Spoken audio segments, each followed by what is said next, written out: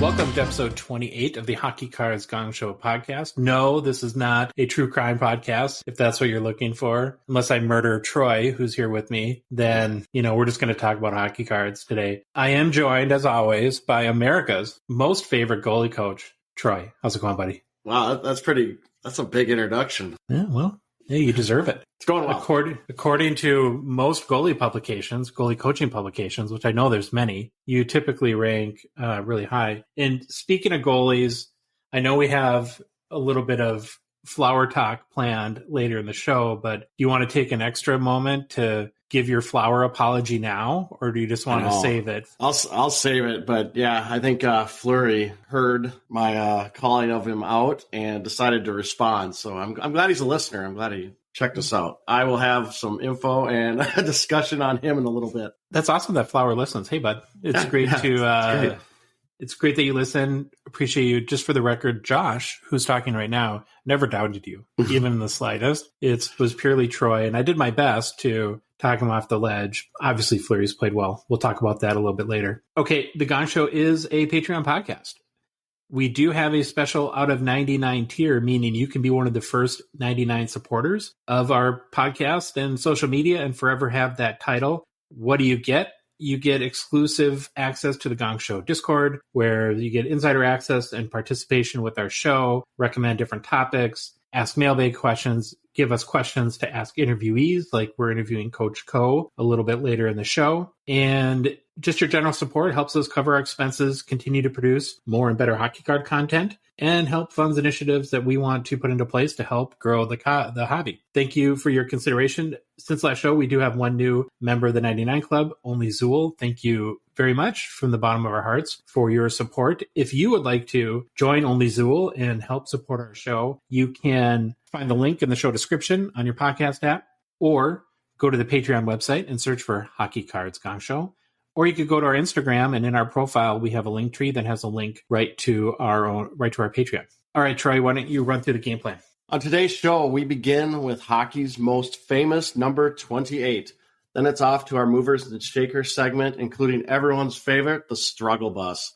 Next, we look at hobby news, and then we will play an interview, as Josh mentioned, that we did with Coach Co. We end the show with new product releases and mailbag. So let's get rolling. Let's start episode 28.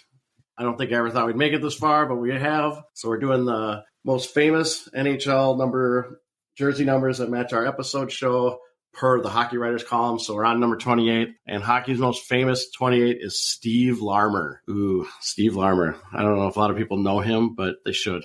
I think he was a great player. He was a right winger. He played 1,006 regular season games over a 15-year NHL career. Played 13 years with the Chicago Blackhawks and 2 years with the New York Rangers. He's a one-time Stanley Cup winner. He won in 93, 94. Everyone should remember that Stanley Cup. It was the one that came back to New York after the big drought. He is the 1982-83 Calder Trophy winner for Rookie of the Year. He was on the 82-83 All-Rookie team, two-time NHL All-Star. He was also a 1991 Canada Cup gold medalist with Team Canada and a 1991 silver medalist with Team Canada in the World Championships. So that's kind of little about his awards and accomplishments. Some of his stat lines for his career in the regular season, he had 441 goals, which puts him 23rd all-time for right wingers, 571 assists, which puts him 24th all-time for right wingers, for a whopping total of 1,012 points, which puts him, surprisingly, 24th all-time for right wingers. So it's pretty funny how those worked out. 23, 24, 24. So almost exactly a point-per-game player. Made the playoffs in 13 of his 15 NHL seasons, 140 games played in the playoffs, 56 goals, 75 assists for 131 points. If you do remember Steve Larmer, he was known as one of the best,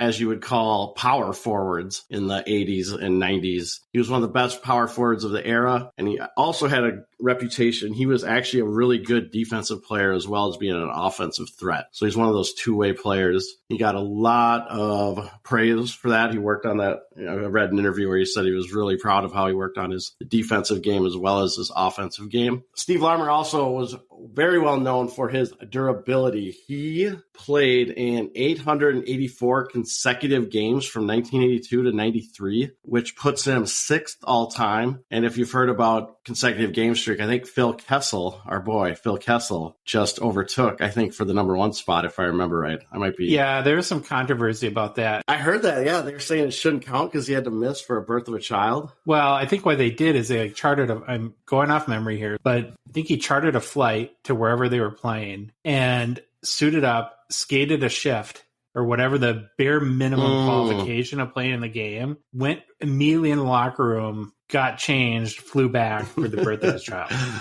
I think it's kind of funny. I like how they game the system. Anyways, all right, Steve Larmer, 884 consecutive games, puts him 6th all time. During his career, he actually had a chance to continue his streak and break the then record of Doug Jarvis, who had 964 game streak. However, after beginning of the 93-94 season, Larmer became kind of disenfranchised with the Blackhawks management, how they were running the team, and he held out. And he actually didn't get to play, and he didn't play in the first 13 games of the season, which ended his streak. By all intents and purposes, he probably would have broke the then record if he would have played, but he wasn't having what the Blackhawks management was giving him. So eventually he was dealed in a 3-way deal where he ended up landing with the New York Rangers, where he would go on to win a Stanley Cup. Worked out.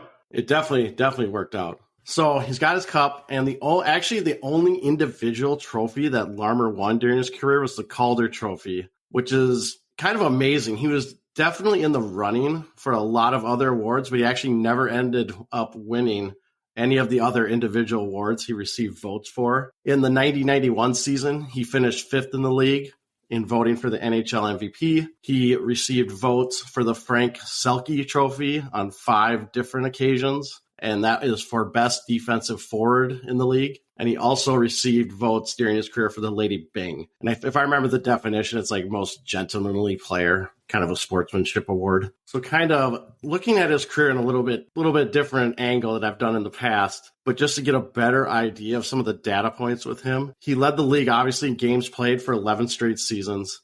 9 times he had 30-plus goals during the regular season. 5 times he had 40 or more goals during the season. 7 times he had 80-plus points during the regular season, and 3 times he had 90-plus points during the regular season, and actually had 1 season of 101 points. So he definitely had, again, this is the 80s, early 90s, just a very offensive era. I've harped on this before. The goalies weren't very good sometimes. And after his playing career, he spent 7 years as the NHLPA's Director of Public Relations. So he stayed a little bit involved in the game. I read kind of thing the Blackhawks had him come back to do his final shift celebration where they dress him all up and he comes out for the face-off, which is kind of cool. So with Steve Larmer in the end, great playing career, but he has not been deemed Hall of Fame worthy. I've read some articles, some people arguing for, some people arguing against. It's definitely a debate that's in hockey circles. And one thing I kind of looked at, I love the site Hockey Reference. And while this isn't an end-all, be-all, one of the things they try to do is put a mathematical equation to a similarity score. And so it's like, I can't remember the exact definition. I didn't write it down, but they look at the quality, the type of the player, how they compare to other players at their position. And Larmer ranked in the same group as Joe Mullen, Dino Ciccarelli, Vincent Damphousse, Dave Anderchuk, Norm Ullman, and Ron Francis. All of those besides Damphousse are in the Hall of Fame, and obviously Steve Larmer. So I thought that was a really interesting kind of take on it. Again, it's a debate. I don't think we need to have the debate on the show. I was a fan of him. Some people don't maybe not know him if you weren't a Norris division, Blackhawks, North Stars, followed that division that closely, but obviously won the cup with the Rangers. So I don't know, Josh, if you have any thoughts on Larmer before I get into fun facts. Just sounds like mainly people think of him as the Hall of Very Good. Yep. And it's one of those, I think as time goes on, people get a little more sentimental and, well, maybe he should be, maybe, it's one of those things. He's not in, maybe he gets in, who knows. I couldn't find a lot of really, nothing like Peter Stastny speaking 6 different languages fluently, but for a fun fact, I said, Steve Larmer was tied for the most game-winning goals by a rookie in a single season with 9. So I thought that was kind of interesting. That is interesting. And he actually does have another fun fact, which blends into the card section. And this is the first time I've seen this. Obviously, there's probably been out there before, but to me, it was just a really fascinating thing. Steve Larmer's rookie card has a really unique situation with it. His individual player card is the 1983-84 OPC number 105. However, this card is an uncorrected error card, as the picture on the front is actually of a different player who is Steve Ludzik. So Steve Larmer's rookie card, it says his name. It's not him. On the back is his stats, and it's all about him, but the front picture is of the wrong guy. And I just wrote, oof. I mean, that kind of stinks. Now, it gets a little more interesting. Card 106 in the OPG set obviously is... Now, this is Steve Ludzik's card. And guess whose picture's on his card? Steve Larmer. So they switched the photograph. And so I just was laughing when I was researching this. And one of the things I came to find out, it seems like either it's so well known that people don't put that in their eBay listings when they sell this card, or they don't have a clue, because you look at eBay listings for we'll call it the number 105, the Steve Larmer with the wrong picture rookie card. I could only find maybe 4 or 5 of all the ones that were out there for sale or that have sold that actually had that designation that it was an error card, which I thought was pretty fascinating. What also tells you that sports card manufacturers have been making mistakes for a long time. Oh, yeah. Yeah, and they said, I was reading something like the uncorrected error was, I think, more prevalent back in the day, that maybe they just didn't have time and the resources to fix these. I think now it probably gets fixed pretty quick, probably in an update, or I don't know how it would happen, but it was really fascinating. And just to give a little more, there is another card of Steve Larmer in this set. It's his Calder Trophy winner card for winning Rookie of the Year. So they're both considered rookie cards. They both, if you look at, I'm saying Trading Card Database has the RC designation on the 105 with the wrong picture, the Steve Ludzik picture for Steve Larmer's card. And then this Calder Trophy card, they also designate with an RC, which kind of makes sense. To me, it's still crazy that his official rookie card has the wrong picture of a guy on it. When did rookie cards stop becoming a thing? You know what I mean? Now I feel like if there's an error, you send an angry email to the card manufacturer and demand a replacement, right? Yeah. That's versus back in the 80s and 90s when we were kids, like error cards used to have a lot of value, actually more value than regular cards. So it's kind of interesting that sort of paradigm changed. And just think back then, you really had one true rookie usually. Now there's, I don't know. Obviously in hockey, hockey's a little more easy with the young guns, but basketball and all that, they have a bunch of them. So anyways, looking at card values. Okay. And so I was really interested in this because I wanted to see how the number 105, the 1983-84 OPG 105, the uncorrected Steve Larmer rookie card with the wrong guy's picture on it is priced. And it is priced like his rookie. Like I did look at the other one, the 106 with Larmer's picture on it, but obviously it doesn't have his name or his stuff on the back. So the error card, the 105, is actually priced like Steve Larmer's rookie. The PSA 10 version, there's a 71 pop, and it's fluctuated. The most recent sale I found was $127 on eBay on August 28th. And it's been as high, it looks like $171. It's sold on eBay. Buy it now on August 4th. So it's kind of fluctuated in that range, coming down a little bit with the auctions. But it's definitely priced as a Steve Larmer rookie card, if that makes sense. It's not the other one, the 106. I looked at that one, and that one's priced so low, even though it has his picture on it. And then I did look at the Calder Trophy one, just to give an idea. The only one I could find for sale or for sold was the PSA 9 version. And it sold for $20 on an eBay auction. So top 33 on that one. So not a lot of these, all like the PSA 10 of that error card has a 71 pop. The 9 has 155 pop, and the PSA 8 has an 87. So there's not a lot of them out there. And it's just kind of one of those weird cards. So if you are interested in a Steve Larmer rookie, make sure you realize that his individual true rookie has the wrong picture on it. Because to me, I don't know if it's such a well-known thing that people don't care on eBay, or they just don't list that it's an error card. Yeah, but it was pretty fascinating to look at. That is crazy, and I would be shocked if we run into that again in looking at some of these other guys. Okay, so we're going to move on to movers and shakers.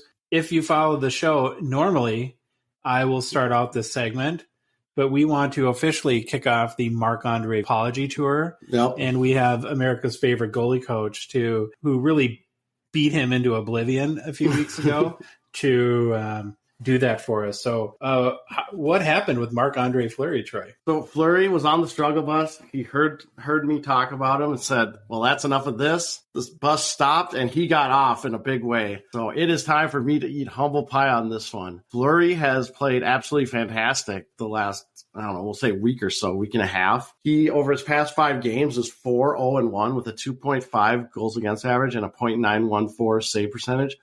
Still not like the elite of the elite numbers, but definitely a lot better than what he was doing in those first, 3 or 4 games. For the week ending October 30th, he was named the NHL's 3rd star of the week. And it's kind of interesting, during this week where he won the 3rd star, he added a couple of career accomplishments to his resume.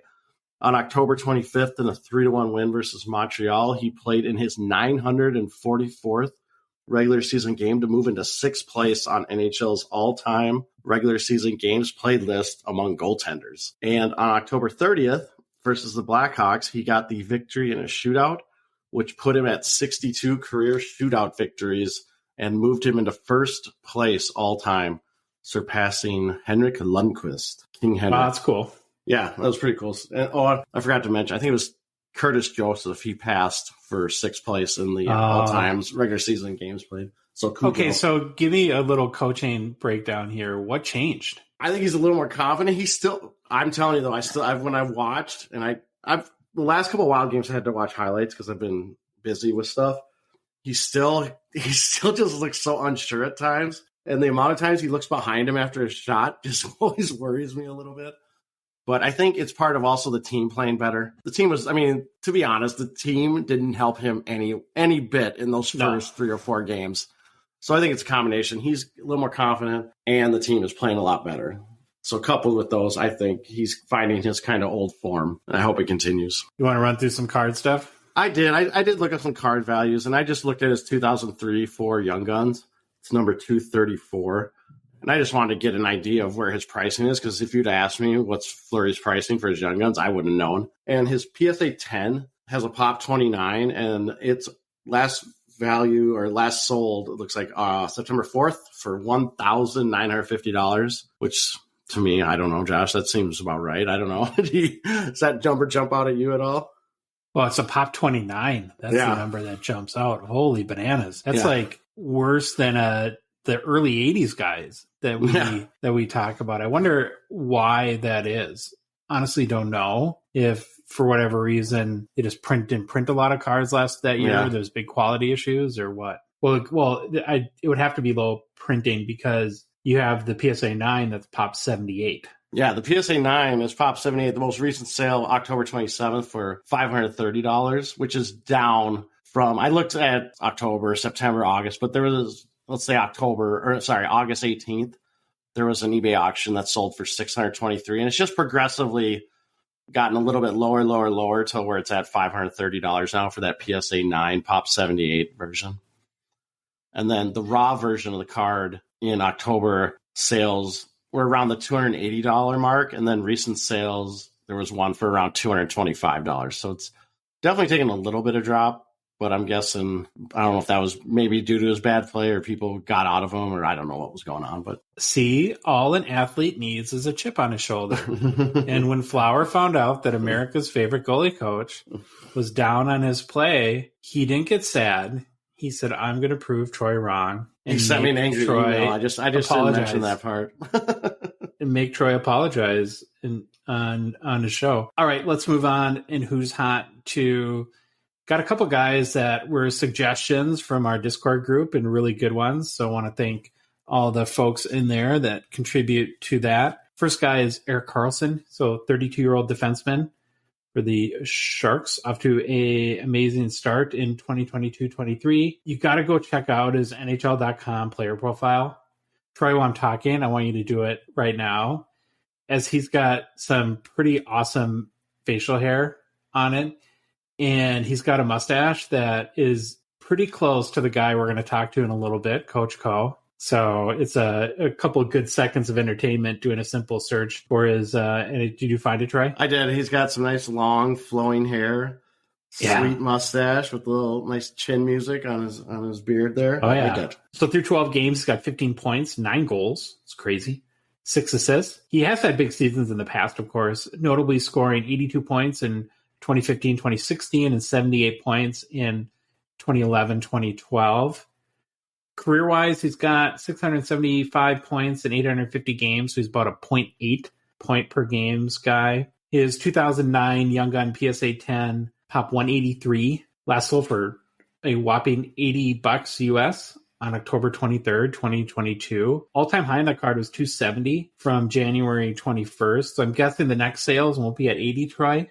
You're probably going to have to pay a little bit more than that. And I did check. There's a few on eBay right now between $170 and $200 US if anyone is interested. But for a defenseman to have 9 goals in 12 games, pretty crazy, huh? Yeah, that's huge. Especially, I mean, I've always heard. I mean, he's older, right? I mean, I'm trying to remember how you said it. He's like 30, 32. 32. Yeah, and I've heard of him, and I love seeing this. I love the older guys coming through because I feel we do get bogged down in the 19, 20, 21-year-olds for all the hype that they create.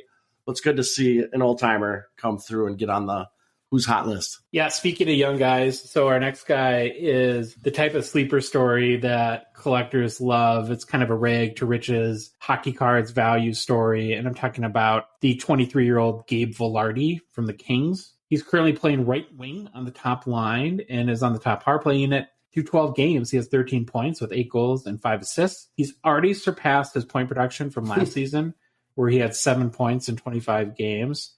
In 2020-21, he had 23 points in 54 games. So it's a huge start there. Lots of fans and collectors are hoping it's just not a hot start and more indicative of a breakthrough. So I did a little reading on him, Troy, and there's a really good recent article on The Athletic where kind of a couple interesting things I found. Number one, Anze Kopitar is quoted as saying that he's the best player on the team, hands down, which is high praise, of course, from one of your leaders. And apparently Vilardi's had some back issues that have really hampered his development and progress so far. So hopefully these issues are behind him. But as we've talked about before, and I think it was even last week, right, where back issues are a little bit scary, especially if you're trying to think of a guy from a long-term perspective, because I'm not sure they ever really totally go away. And so, but it seems like, though, that he's able to play without pain now, which has been a big boost, as you can imagine, for him. And from also what I read, they transitioned him from center to wing, and that's given him some, you're the coach, right? So you tell me how big of a deal this is, that it freed him up of some defensive responsibilities where he had maybe struggled a little bit. And now at wing, he's able just more to focus on scoring and point production. Does that make sense to you? Yep. I mean, we just talked about this today at our tryouts when we moved some people around where center and D are kind of interchangeable on the defensive end when there's all these moving pieces. And if you want to get someone to get a little bit less responsibility on the D end to free up some of the things they do, and even in the offensive zone, you kind of move them to wing. So it makes perfect sense to me. So the story on Vilardi seems to be it's not a talent issue. And there's, of course, I think the thought and hope in LA circles is that this isn't some sort of crazy streak that is a flash in a pan. It's really, there were reasons why his production had been limited and his development has been delayed, I guess, a little bit. And so as long as he stays healthy, I think the thought is he's got a chance to keep, I don't know if at this pace, but the chance to keep putting up numbers. So Troy, his 2020 Young Gun, raw, let's talk about that first, has shot up to, last sale was almost 17 US.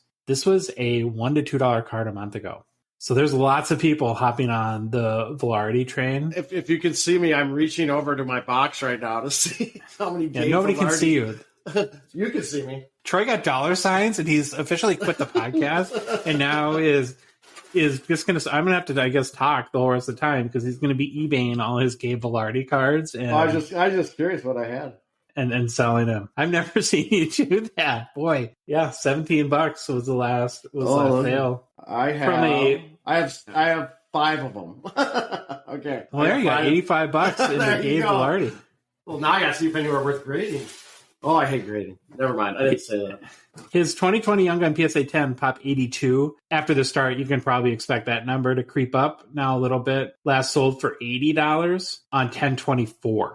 So that was prior to the big explosion in Raw, because you might be thinking, wait a minute, why is his Raw 17 and his PSA 10 only 80? I can imagine the next sale will be a little bit more. Just for context, on the PSA 10 pop 82, the all-time high for that was $200 set in March 2021. So on our Who's Hot list for this episode, we had Flower, Erik Karlsson, and Gabe Vilardi. I do feel like I have to quickly mention McDavid and Draisaitl as hot. I mean, they're like hot to the point they're the temperature of the surface of the sun. They're sitting on the sun right now, just hanging out, and just saying how hot they are. Hansel, he's so hot right now. That's them. You think McDavid's hot? I'll let him know. Last couple sales on McDavid's 2015 Young Gun PSA 10 pop 2,398 are up again over the 3,000 US mark. Prior to that, it had dipped below 2,750. So it'll be kind of fun to track where that's gone. And honestly, since Monday, from a Draisaitl perspective, there's been no new sales on any of his big cards. I think his Young Gun PSA 10 is like a pop, like 550 range.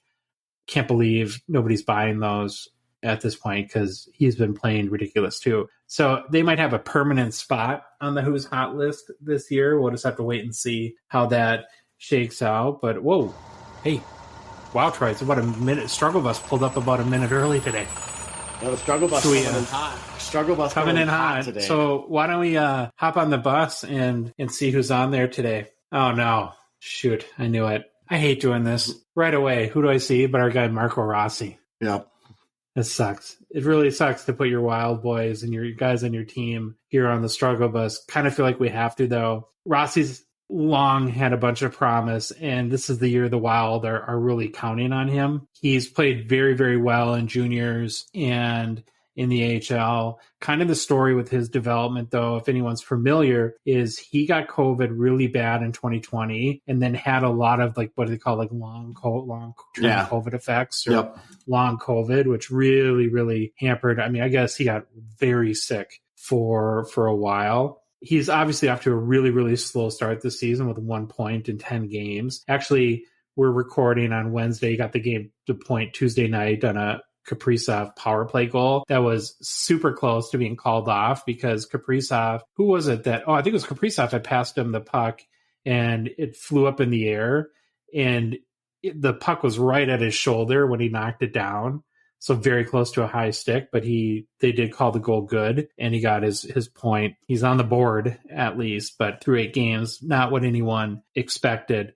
He has, though, Troy, really been a point producer till this point. So his last OHL season in 2019, he had 120 points in 56 games, 39 goals and 81 assists. Last year in the AHL, as he was coming back from COVID, he still had 53 points in 63 games.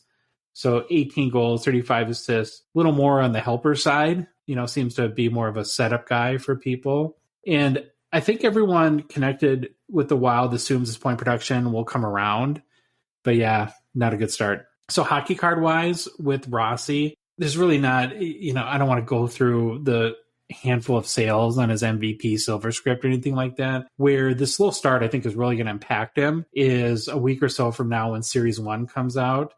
We may not see screaming Rossi Young Guns values out of the gate. So if you do believe in him and believe that he just kind of needed to get that first point, and now, as a lot of people are saying, the floodgates will open, you should be able to get some pretty good deals next week, I would assume, because I don't think on the greater collector world that a point in 8 games is going to get anyone super excited. I guess the other thing is, for some reason, over the next 4 or 5 days, he goes on a tear.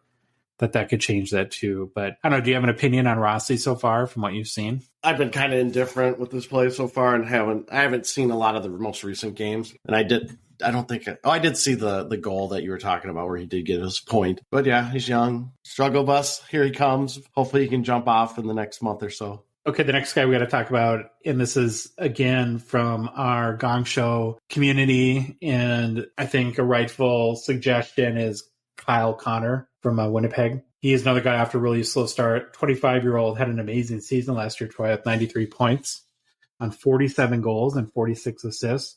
So far this season, after 9 games, he has 4 points, 1 goal, 3 assists. That puts him at just current pace at 36 points for 2022-23, about a third of his production.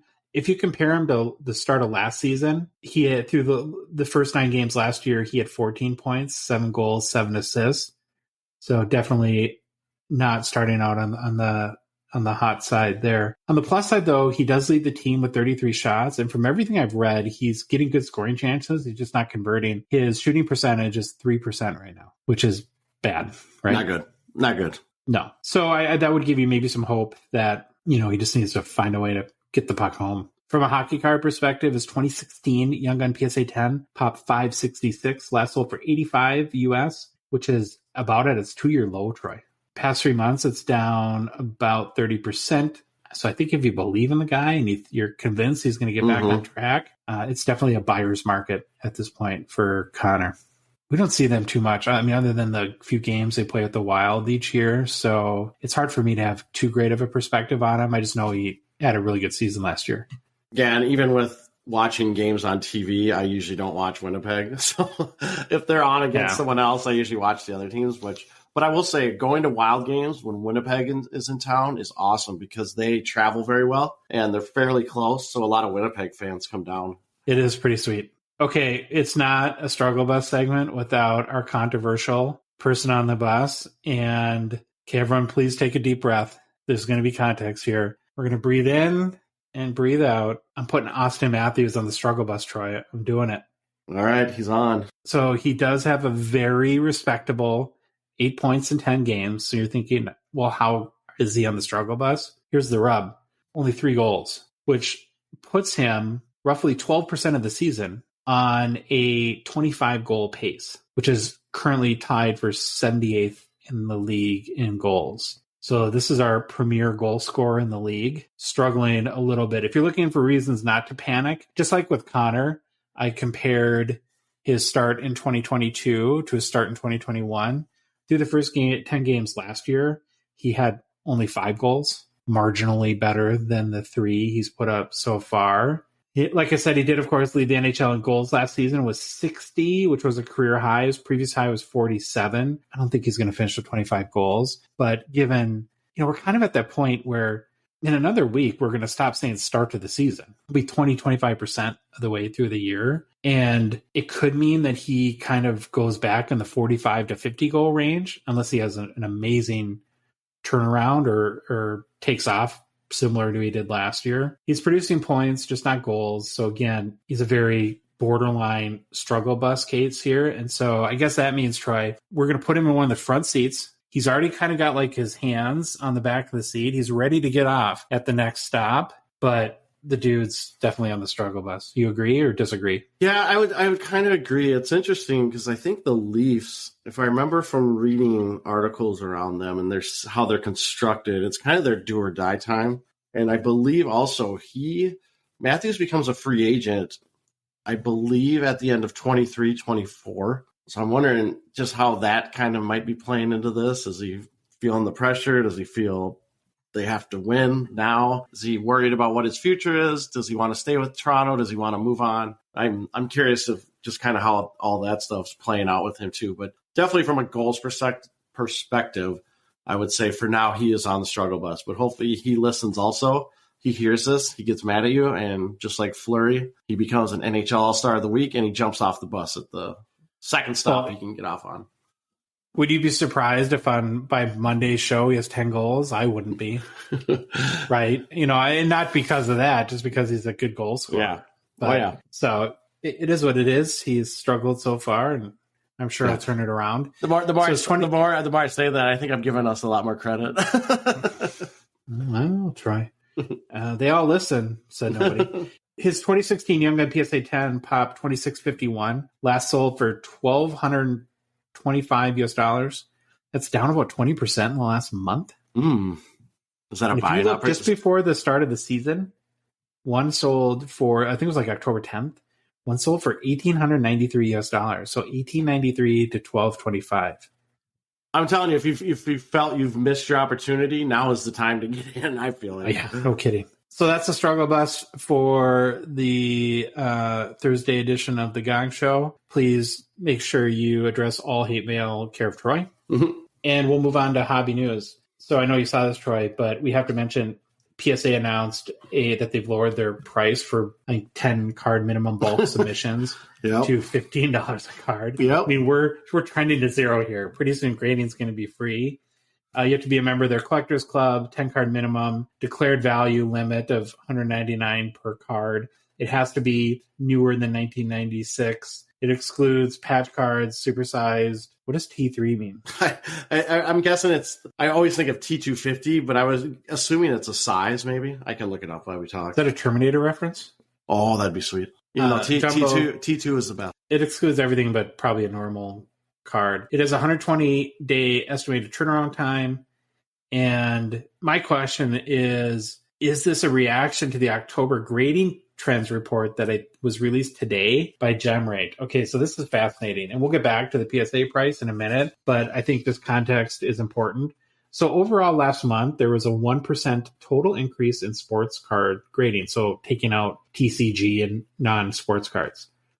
So looking just at sports cards, PSA was down 7%. Still, though, they graded 716,000 cards, which is about 83% of, you look at the top 4 graders, of the sports card grading market share. So PSA, I mean, as everyone knows, dominates the market. Next on the list is SGC, which is up 18%. PSA is down 7%. SGC is up 18%. They graded 76,000 cards, roughly 9% market share. Next is CSG, which is up 51%. 36,000 cards or 4% market share. And Port Beckett down 26%, 31,000 cards, 3.5% market share. And like I said, we'll circle back to the new PSA pricing, but I do want to ask you and point out some interesting things in the data that I just read, Troy. Number one, it's crazy how much PSA dominates the market. 83% of all sports cards that were sent to the big four. The next thing, though, is, and we notice this a lot, like when people ask us about grading, a lot of times they refer to the big 3 graders, PSA, CSG, and Beckett, and they don't mention SCG. SGC, by a pretty wide margin, is the number 2 sports card grader. I don't know how that's changed, like how that pie was split up a year or so ago. Maybe it'd be interesting to go back and check. But just so everyone knows, they are the number 2 sports card grader. I think they have some work to do in hockey as far as, especially on modern and ultra modern, the pricing, but they're number 2 and they're growing. And then Beckett, Troy, holy bananas. They are a distant number 4, down 26%. They did less than half of the graded sports cards than SGC did. Yeah, that's interesting. I wouldn't have guessed that, but we've been saying that they seem to be struggling. They seem to be making some missteps with some announcements. We've heard, I think it was Jeremy Lee when we interviewed him, that they know that they're struggling and they are working to right the ship. But from this report, it seems like obviously they have other divisions besides just grading, but the grading aspect is definitely down. Totally agree. And so now, like we promised, circling back to PSA's again announced price decrease, to me, they're trying to protect market share and make sure that they're feeling maybe some of the pressure from SGC and CSG. It is a good time to grade. And I do think that where we've talked about, especially the PSA 9 pricing and how terrible the values have been, when you can start grading, especially newer cards, and you don't have the threat of the card coming back a 9 and being underwater because of the grading costs, maybe people will send more of those. Maybe you do send a Gabe Vilardi Young Guns, and if it comes back a 9, you can sell it for $40 and roughly break even on it. It's a good point. Or else you have people like me that are just jaded and I get angry and my head hurts. Yeah, you're anti-grading. Okay, let's move on. I'm not anti-grading. I'm anti-making it so stinking complicated to figure out what you can grade. That's where I get grumpy. Engineered complexity, right? Yep. Let's shift our gears to Hollywood. Hollywood, here we come. For a second. There is more Hollywood trading card news, which is kind of crazy. So King of Collectibles, Troy, is a new show new show being developed by Brent Montgomery. Who's Brent Montgomery, you say? I don't know. But I do know he created Pawn Stars. That gives him some credibility in the reality TV space. He's got a new show called Kingdom Collectibles starring your guy, Kenny Golden. And the Golden Auctions team. There's a recent article on Hollywood Reporter, and it really called the genre transactional TV. And apparently these shows do particularly well in like recessions or poor economies. And they talked about in the article that's how the Pawn Stars show started. It kind of makes sense to me, right? Because if you're a little bit worried, times are tight, you're not spending money to get stuff, then maybe you start looking through the attic or the storage room and trying to find, it's sort of like the whole antique roadshow thing, right? Well, maybe some junk in this house is not junk and worth $10,000 or something crazy like that. So that part makes sense to me. Whether you love or don't like Ken, what I would say is he has a big personality. He's kind of a quirky guy and in a way that will probably play off well on TV. So it makes sense to me that TV producers would choose him for his notoriety and all those things I just mentioned to be the center of the show. And anytime you have hockey cards, or hopefully, but sports cards in general, featured on a show like this, it only creates more interest for sports card collecting and hopefully the hobby. So I think too, what I read, that it's not just going to be cards, like there's like a Purple Rain costume that Prince wore, and so it's more collecting and memorabilia. But maybe, I don't know, like a Gretzky rookie or something like that will find its way on the show.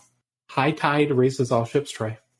Yeah, that would be... I'm glad there's a show coming out. However, given the pedigree of Pawn Stars, Storage Wars, all those shows, they're all fake. At the end of the day, once you find out how they do some of that stuff, it's a little shady. House Hunters, even, if you want to ruin your enjoyment of House Hunters, go read about that show. I hope it succeeds. Hope it's good.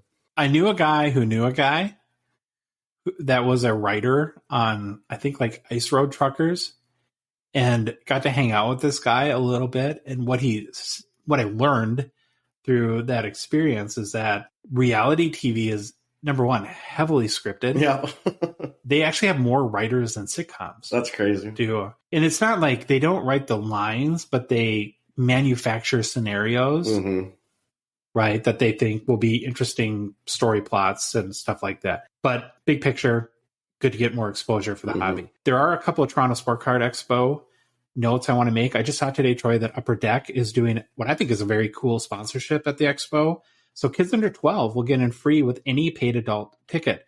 It's being funded by our friends at Upper Deck. Yeah, it's an awesome way to get more kids in the hobby, and kudos to Upper Deck for stepping up to do it. Also, if you go to the Toronto Sport Card Expo website, I believe the dealer list and floor plan has been updated and published. So if you want to try to get a lay of the land, you can go there and do that. It is Thursday, Troy, so it's time for our local card show shoutouts of the week. So this one is from Discord user Shea Hockey Cards. Oh boy, lots of letters here. GBSCC, Sports Card and Memorabilia Show. It is on, you can go to GBSCC or GBSCconvention.com for more information. It's November 4th through 6th this weekend at the Shriners Auditorium in Wilmington, Massachusetts. Hours are Friday, November 4th from 12 p.m. to 7 p.m., Saturday, November 5th, 9 a.m. to 5 p.m., Sunday, November 6th, 9 a.m. to 3 p.m. Show tickets available at the door. Adults are $10. 70 plus and under 10 are free. Oh man, that's cool. They're letting the old guys in. I chuckled when I read that. Was one of the funny things. And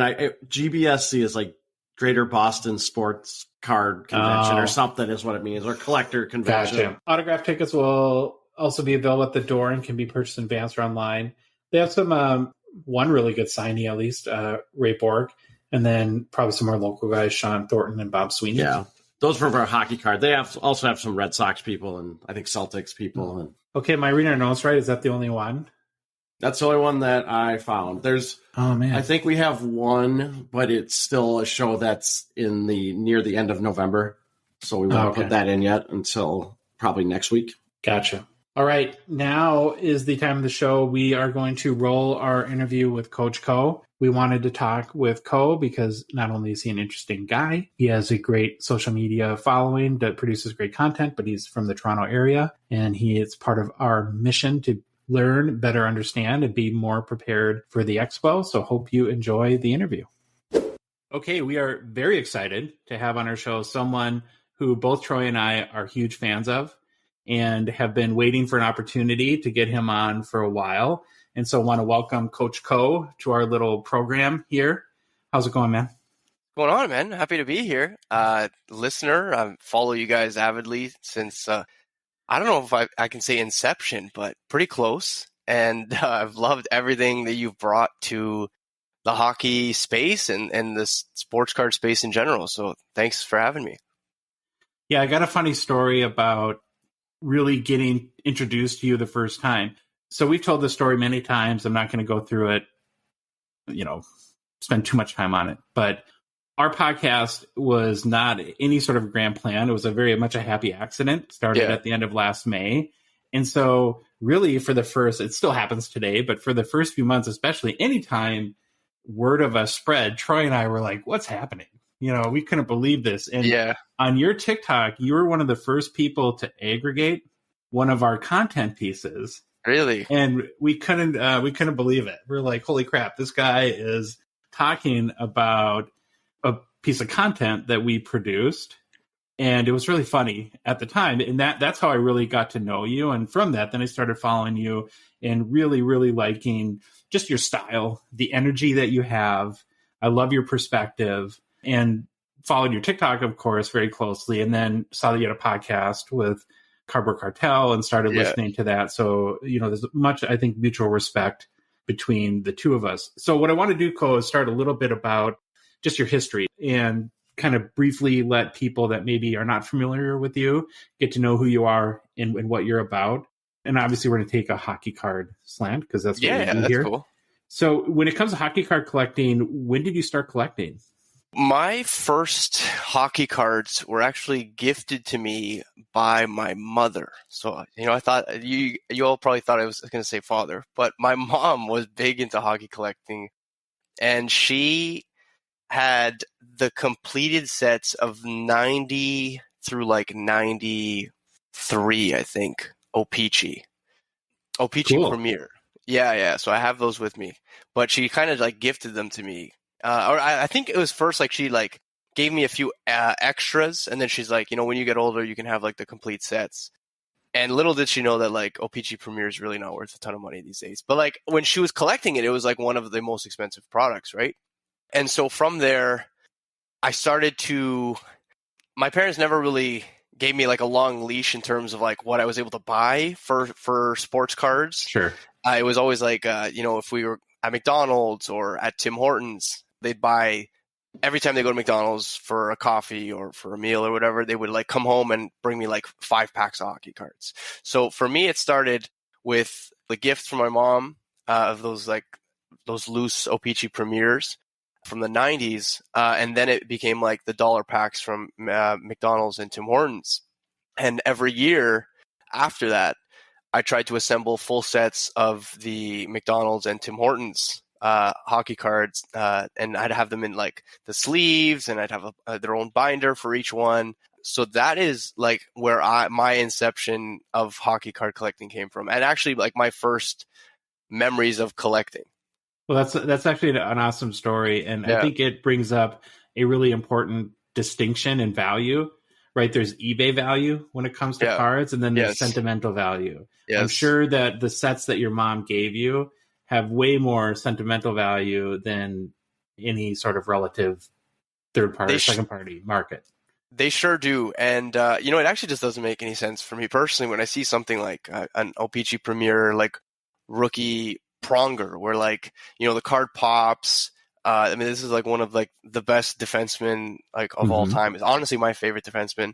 And, this was a very expensive product back then. I'm like, how is this like a $2 card, But I guess the more the merrier if you collect 90s. So did you follow the typical collecting story that you see collected when a kid, then it falls away for a bit, and then at some point in your life you come back into the hobby, or have you collected pretty steady ever since you were a kid? Yeah, so that's a great question. I'd love to say that I collected straight through because I think my collection would be like 10 times what it is right now. So I collected like that, were full sets, up until I was probably, I want to say like 14 or 15. And then my parents moved from Toronto to Brampton. And I refused to go to school in Brampton because I was like, this like second year of high school. I was like, I'm not going up there. Like, you know, I made all these friends in my new school. And so my parents said that in order for me to continue to go to school in Toronto, like I would have to get down there myself. I'd have to find a way to pay for it. And so I got a part-time job, you know, after school. And I was basically, when I wasn't working, I was doing homework, or I'd watch highlights like on the GO train at like, I don't know, 5:45 in the morning heading into Toronto.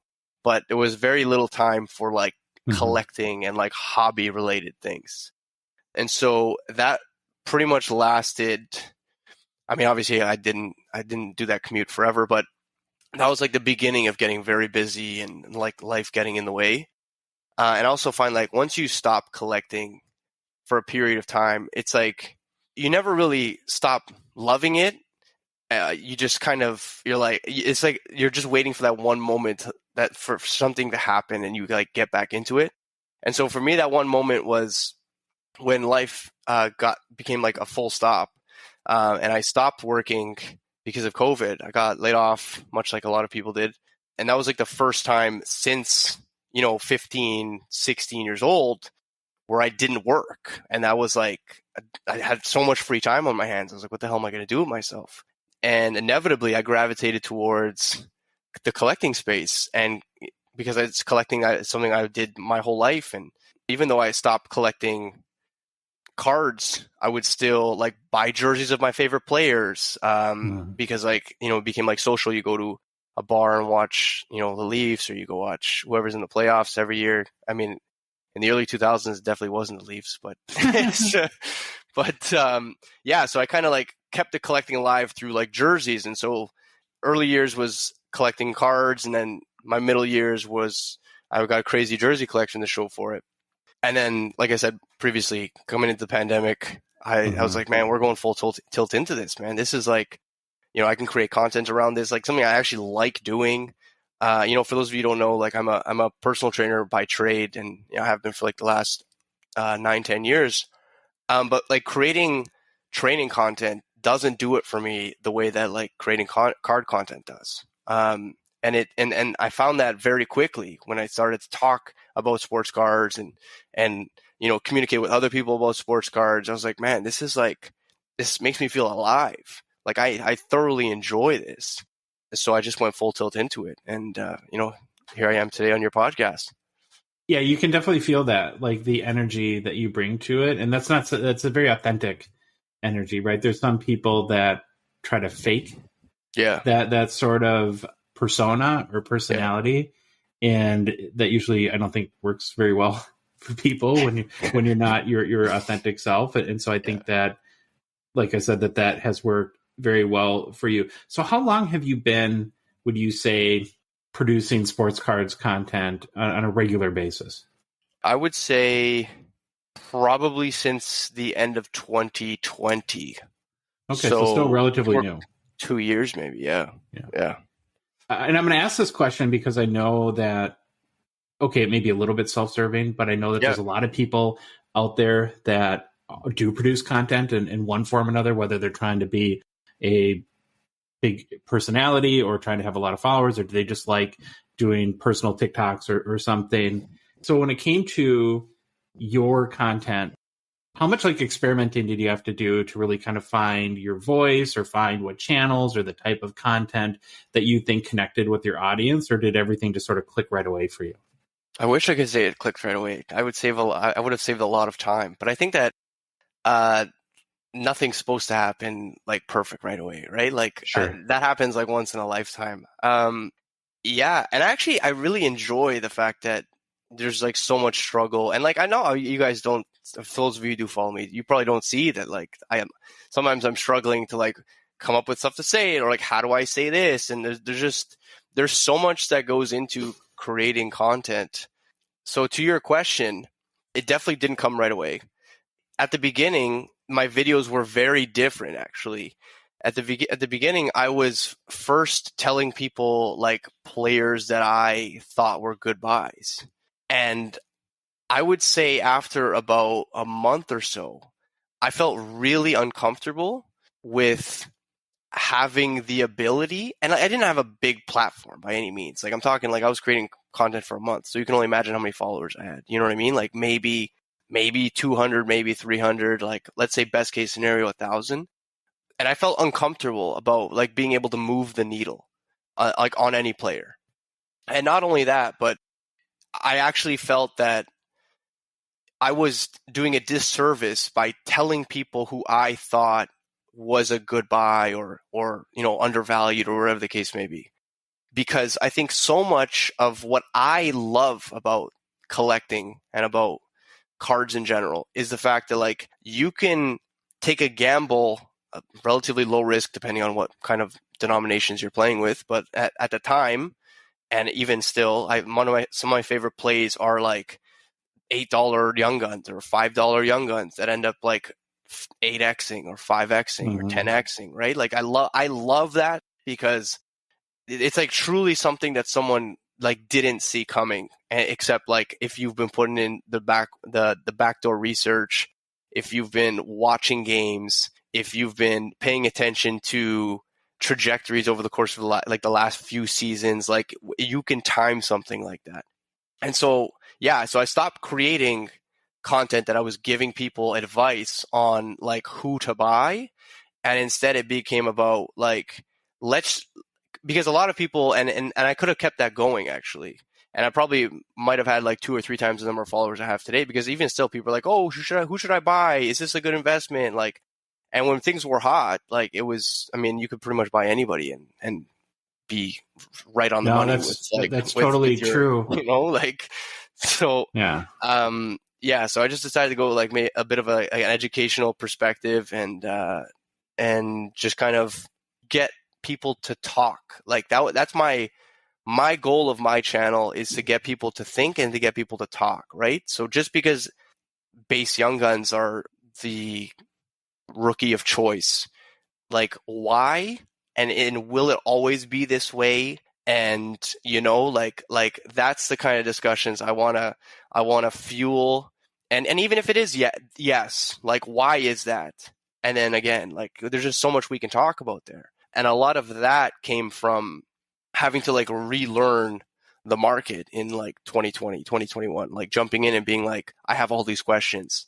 How come these rules apply to this, but not to this? Like you see all across the board in the hobby, low serial numbered stuff typically demands a premium, except if it's a cup, except if, you know what I mean? Like if most people prefer a cup out of 99 or out of what is it, 199 versus like a gold cup, which is like jersey numbered usually. So those kinds of things I love talking about and I find super interesting.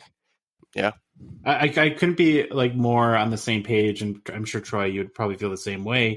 The issue that terrifies us the most is the whole buy sell advice kind of conundrum, and particularly it's because the type of show that we do, we're talking about performance, we're talking about card performance. Like one of the things that we're doing now that the season started is a kind of a who's not, and then our little funny sort of struggle bus segment on our show. Yeah. But what I fear in doing that is by saying, okay, if Auston Matthews, we're going to say, is on the struggle bus because he only has 3 goals in 10 games, although he has 8 points, which is good, but 3 goals puts him at like a 24.5 point season trend. And, he got 60 last year. So he's factually struggling.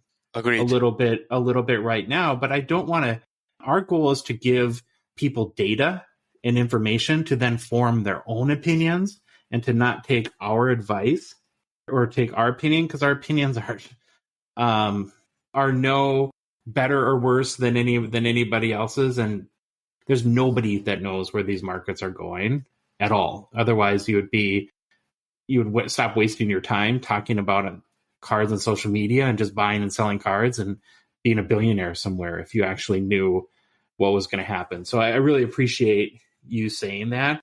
One last kind of content related question I have, and just because I think you've done this in a really good way, and I'll give Cartel props here too. I also listen to your podcast, and I know both of you are also very, as you mentioned, involved in fitness and in healthy living. Yeah. And I really love how you've incorporated that into your podcast and done it in a way that isn't kind of in your face or pushy or kind of putting yourselves on pedestals and saying everyone else is down here. And I'm just curious as to, was that a plan from the inception when you guys started your podcast, or did it just sort of evolve naturally into kind of introducing that other aspect of your guys' lives into the sports cards content? Yeah, so that's a good question. Cartel and I actually know each other from working together at a gym. So the foundation of our friendship came from fitness. And so when I reached out to him when I was getting back into the hobby, because he was someone that I knew first when it came to sports cards, he was like, if I was going to mention one person, who knew sports cards, it would be him in my life at that point in time. So from the get-go, Cardboard Coaches was meant to, like, both of us coach in a fitness perspective, but also are into sports cards, and that therefore the cardboard. The plan was to provide fitness tidbits every single podcast, but that becomes quite cumbersome. And quite frankly, fitness is generally speaking quite easy to follow. You need to be consistent in whatever it is you do.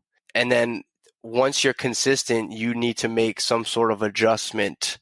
If it's an exercise adjustment, then you need to make it gradually more difficult over time through that consistency. And then you will see a trend either up or down, depending on what your goals are. And so, it becomes very challenging to talk about something like that on a daily basis, while also giving people room to breathe in just the sports card space. I understand that. I think you've done a pretty artful job of integrating it into, and I know there's a couple things you guys have said that have made me think. So I'm happy to hear that. Just kind of curious about how that kind of came about. Okay, so I want to start talking about the expo. It's something that we could not be more pumped for. We're fish out of water at this point because we've never been to either Toronto or to the expo. How many times have you gone to the expo? This is my fourth, I believe. Okay. Yeah. How have you seen a change over the few years? Well, I suppose COVID was right in the middle of that. It definitely was right in the middle. This is going to be the first one that's like normal in a while, actually, which is going to be super interesting. The one in 2021 in November was dramatically different than the one earlier this year. So the last fall expo was dramatically different than the spring expo of 2022. And it was different because I think there's a lot more community. And I think almost every day the community gets, I wouldn't say bigger, but perhaps more passionate is the right way to put it. And passionate in a positive sense. You see so many people interacting with each other, so many people older, younger, like you see 13, 14-year-olds hustling, and not in a disrespectful way, but they have the stones to go up to like a 60-year-old man, 50-year-old man at his booth and be like, do you have room on that? And you're looking like, and it's like a $1,600 card, and you're looking at the kid like, all right. Yeah, these kids have their Zion cases with $40,000 worth of cards in them. Yeah, exactly. It's pretty, I agree. It's pretty awesome it's one of my favorite things to observe at a card show is just how poised and how much of a business sense they have where, I was pretty much a dope at that age. So yeah, I mean, like I said, I was working and that's it. That was my passion. But I mean, a lot of these kids have found a way to like make money and do something that they actually enjoy while building social interactions and getting better at negotiating and all these things, right? So I think it's an awesome place for kids to kind of hang out and learn a little bit about life in our biome. Are you going to be buying it all this year? Yeah. What are you looking for from a hockey perspective? So that's the question. Recently, I've decided that there's a few complete sets that I want to go after. And by go after, I mean I want to complete them myself. Now, I don't want to complete, and one in particular set is I'm just planning on going after the young guns of that set rather than all the base cards. And the idea is to slab all of the young guns and hopefully have a 9 or greater and just kind of have that chill out for a bit, because I think it's a pretty important set and just super interesting. I mean, I look back at that draft class and I'm like, oh, this is like a borderline Hall of Famer. This is a borderline Hall of Famer. Set collecting was something that I started doing from the beginning, right? So I'm like, why not bring something back where it's like it's a challenge? I also come from when I first started collecting, it also included soccer stickers. And I know this is a hockey podcast, but I promise I'll make it come over. But I wasn't keeping these stickers in binders. Like I was like ripping the backs off and sticking them in the books. And my number one goal was to complete the whole book every tournament. And so, both those instances that truly brought me to collecting and kept me in collecting were collecting sets. And so I was like, not to say I'm going anywhere, because I'm not, but I'm like, when rocky waters are here, to say the least, like just get what you want, just buy cool stuff. And that's what I've been doing, but I wanted to do it in a little more structured manner now. So this could be a 1-year project. I could turn it into a 5-year project, like who knows, but I'm excited to have something kind of going on in the background always. I think that's a good reminder or thought, because honestly, I don't know how many people would say this, or what it says about my ability to create value, but I've probably made more money on cards that I bought just because I liked them. And then 4 years later, I'm looking through a box and I'm like, holy crap, here's a Ovechkin Young Guns that I bought for $34 10 years ago or something like that, right? Where versus, trying to invest in cards like you do the stock market, right? Where you're trying to find a card that goes up 14% in the next few weeks or months. So I think collect what you like and love is always the best advice. And if anyone asks us advice, that's where we start. So this set of Young Guns, are you keeping it under wraps? Or are you willing to divulge? It's good either way, but I feel like I have to ask. Yeah, I don't again, like I don't want to move the needle. So like let me complete it first and then like let me talk about it, like I don't want all of a sudden these like $4 and $5 and $6 cards to end up being like 12, 15, and then I'm kind of screwed on my mission. Like it's I don't plan on selling these. Like I'll show them off when they're done. Maybe as I go, I need to be like maybe 80% complete before I start talking about it for real. I'm about halfway there. I have this thing like you're gonna come up to tables now, and they're just gonna be dealers sitting there with their hands, just salivating what they're gonna get. And that's why I'm like trying. Or you're gonna have the 14-year-olds come up to you asking 6 times comps because they know that you want the card. So they're going for my jugular. Very fair. Okay, so we're first timers. We have no idea what to expect. What's your best advice for us for making the show successful and kind of navigating our way through it? Get familiar with the space, because it is a very unconventional space. It's not one big hall. There's like a lot of connective hallways. And if you find something at a table that you like, I would make a note of where that table is using like things in the surrounding, because they're all going to look the same. Like I said, there are so many hallways, because I just saw the layout this morning actually, and it looks like it's, I think, hall 4 and 5. So they're connecting 2 halls, which means that there's going to be like people on the outskirts, and then it's going to come in towards the center. And I know that this is very similar to the last fall expo. And for me, the last fall expo, like I got lost. I got lost like at least 2 or 3 times. In a good way or in a bad way? Sometimes getting lost is.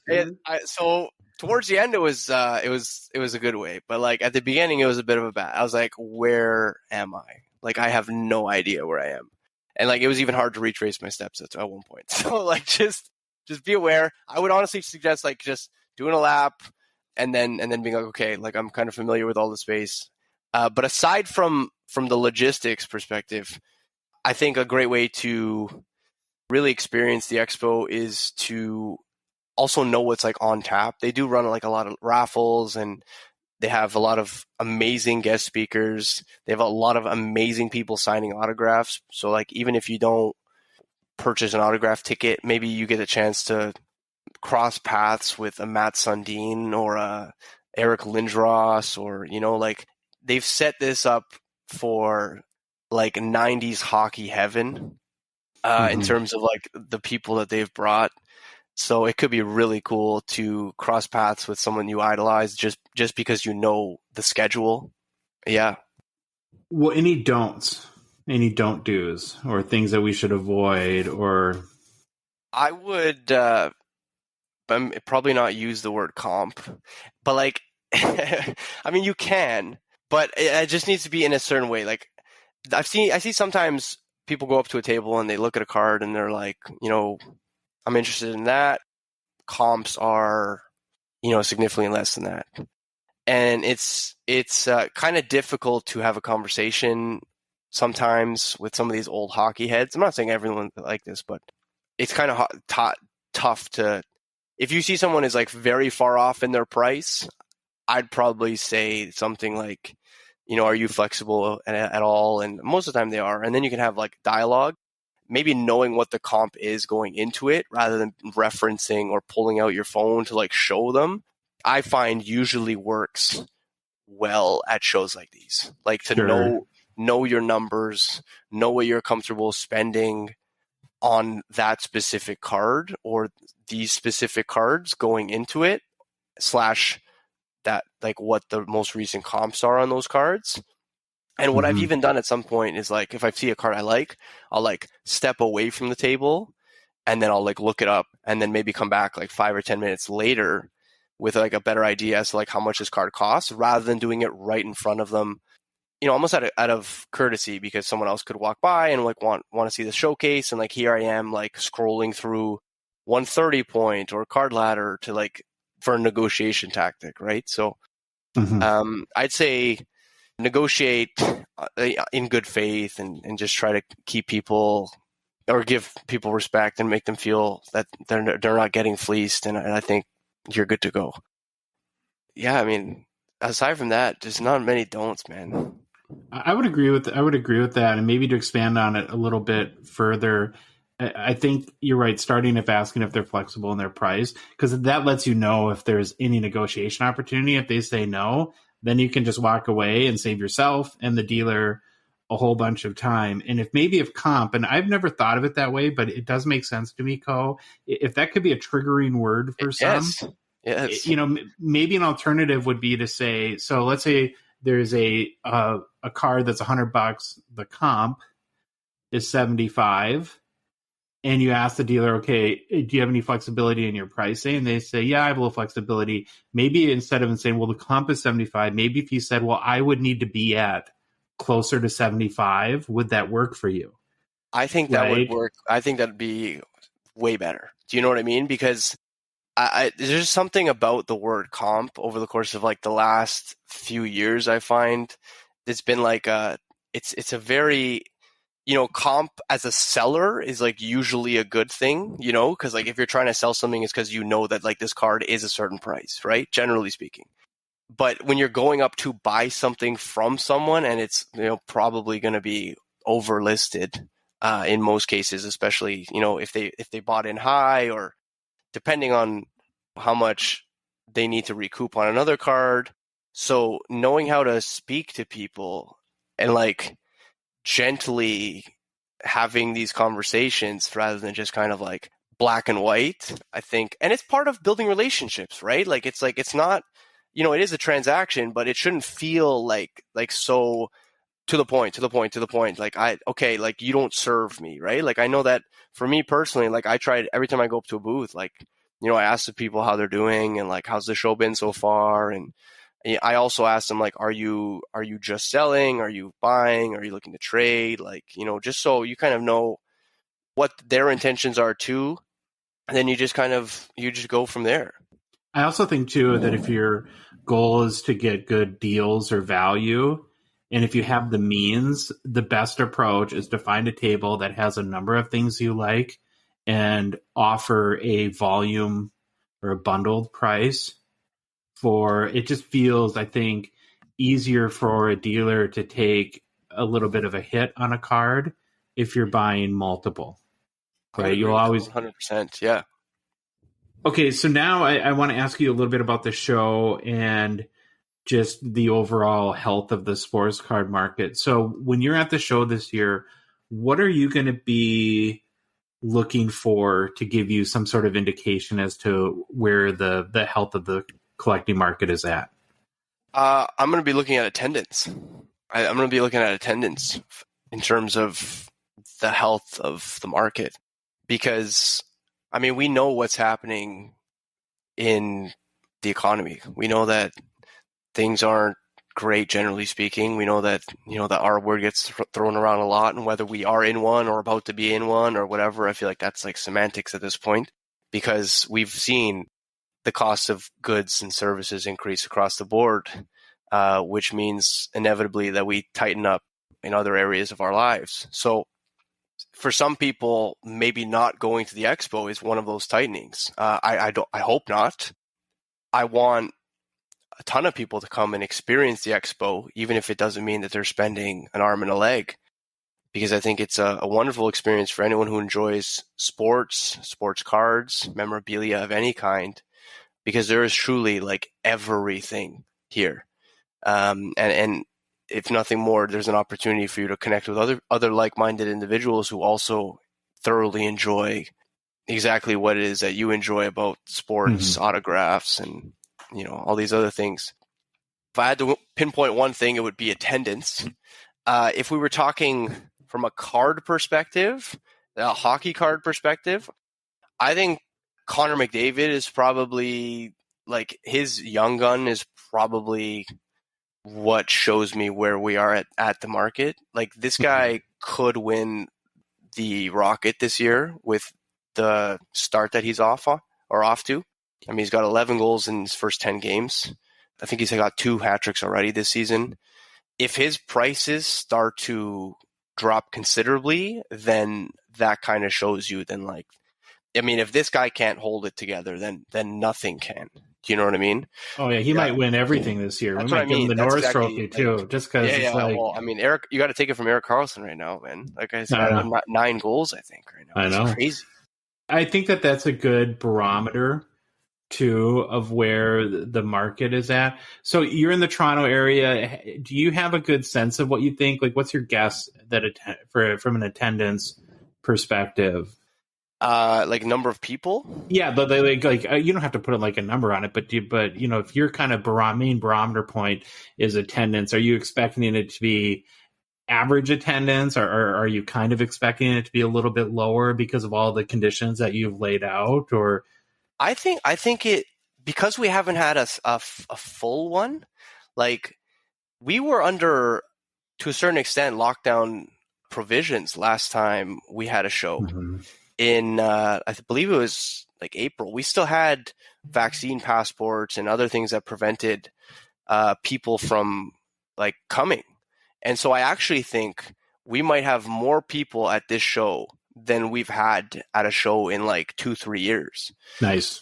Especially because Toronto is very diverse in terms of there's just so many different ethnicities here, and the World Cup here, there are so many pockets of like, there's like 3 million Italian people here. There's like, like 2 million Portuguese people. Like there's so many different pockets of like ethnicities here that I actually think that hockey card or soccer cards are probably going to be like a massive push at this expo.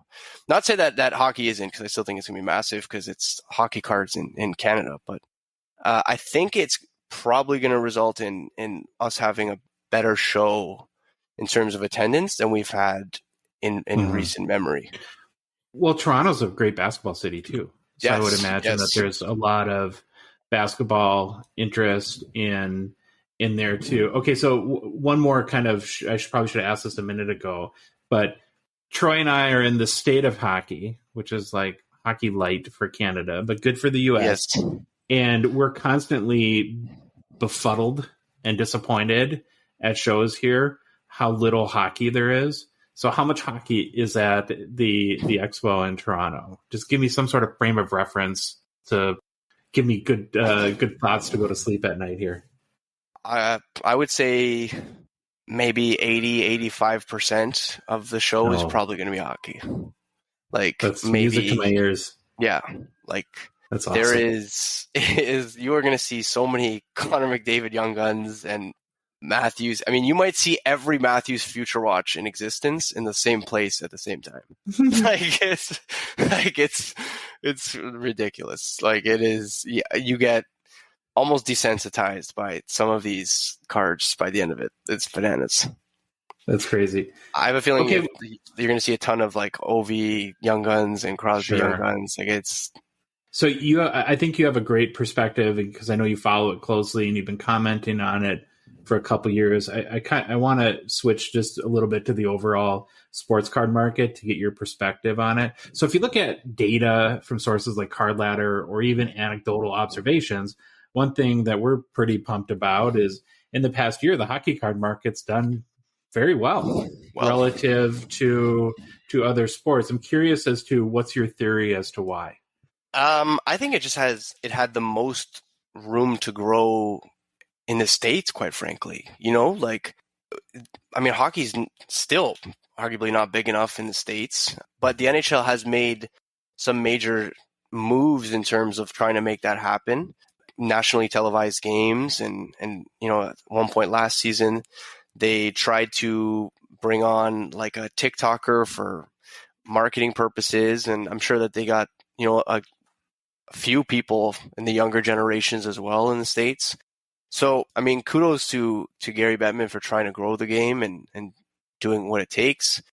But also, I think, you know, people start seeing that hockey cards are accessible, right? Like, I mean, I know that in 2021, when a lot of the wax was like next to impossible to find, people were trying to get Laffies, and they were trying to get Kaprizovs, and, you know, and that was really cool. That was really cool to see. Like, I've never really seen hype like that towards a rookie class where there wasn't any like superstar names. Like, not to say that those guys aren't superstars, but like going into ripping that set, like, no one was like, these guys are generational talents, right? Like, they went like Connor Bedard next year, like, you're going to see ridiculous hype around that product, right? But there wasn't that same feeling towards that product. It was just that, you know, it was accessible and people were super eager to rip stuff. And I think that resulted in a lot of people getting familiar with hockey card market and getting familiar with hockey. So yeah, I think one of the reasons why was because there wasn't enough exposure. And then they realized that they can get some of the best players of all time, say Ovechkin, for a fraction of a Luka Doncic PSA 10 at the base at that point, right? And it's just like, this doesn't make much sense to me. 100%. Relative affordability is the way that I would put it. It's, you know, you can get a box of Premier, or we'll exclude the Cup for a second, or Black Diamond, or one of the mid to high kind of boxes for, talking in US dollar terms here, $300, $400, $500, where a box of Prism basketball can be, you know, over $1,000, $1,100, $1,200, and you can end up with $10 in cards pretty easily. And so, you know, same thing can happen in hockey too. For sure. It's just more, I think, accessibility and affordability are two keys there. So if hockey is going to continue to grow, first I'll start. What's your optimism or pessimism on the continued growth of the hockey card market? Do you think it'll continue to grow, or do you think it'll always be just a super niche kind of sport? I think it's definitely got legs to continue to grow. I don't think it's going to be like impervious to, whatever's happening outside. Like, I think it's entirely possible that, things dip as a whole. If you look at where Auston Matthews cards have come from, like before the pandemic to now, I mean, yeah, he's won 2 Rockets and a Hart. So, I mean, there's some legitimacy there, but I mean, he's still the same. He was scoring 50 goals before that too, right? Like he was, so it's been a crazy increase. Now, a lot of that has to do with demand, and I do think that like there might be a bit of a pullback, but I think like long term, there's no reason why it can't be more expensive than this. If you look at, I mean, Ovechkin's on the cusp. I mean, I say cusp very loosely, but he has the ability to, if healthy, supersede the greatest goal scorer in NHL history. And no one thought any of Gretzky's records would be broken ever.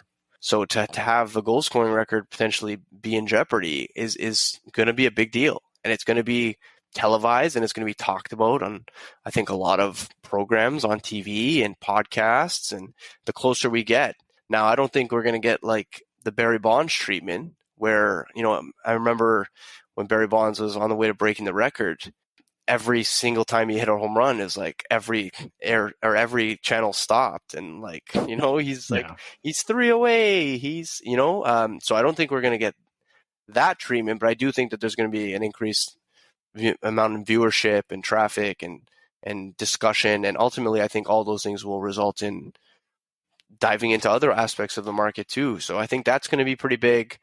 The sport is in a fantastic spot with their young players, namely, I would say Connor McDavid and Auston Matthews, just to name 2. I think they're going to go head to head for quite some time in terms of goals, and I mean, not really points, but because McDavid just runs away with it. But seeing a guy like that on an annual basis doing what he does, it's pretty ridiculous. And so I think once, enough notches are in his belt in terms of like seasons in the NHL and people realize like how crazy his points per game is, you just can't help but stop and stare. It's amazing. And poor Draisaitl too. I know. The guy is on the other team would be a superstar, and he's because like and because he's there, like people will never know if it's him or if it's the McDavid effect, right? It's the whole Pippen Jordan thing conversation all over again. So what would you want to see Upper Deck do to help promote hockey card collecting and grow the overall hobby?